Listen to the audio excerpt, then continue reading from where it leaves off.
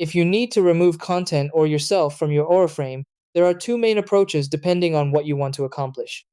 You can delete specific photos or albums, or you can remove yourself entirely from the frame. To delete individual photos, open the Aura app and select the frame you want to manage. Go to the Photos section and tap Select so you can choose one or multiple images.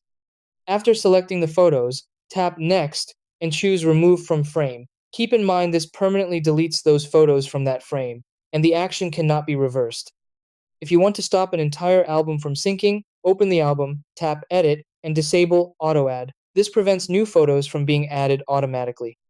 You'll also have the option to remove existing album photos from the frame if needed. If your goal is to remove yourself from a frame, open the app, tap the A icon in the top corner, select your frame, and go into Settings. Under Members, find your name, tap it, and choose Leave Frame. Once you leave, any photos you personally added will be removed from that frame. For a complete wipe, you can perform a factory reset. First, remove all other members. As the last remaining member, choose Leave and Factory Reset. This erases all photos, removes all members, and restores the frame to its original setup state.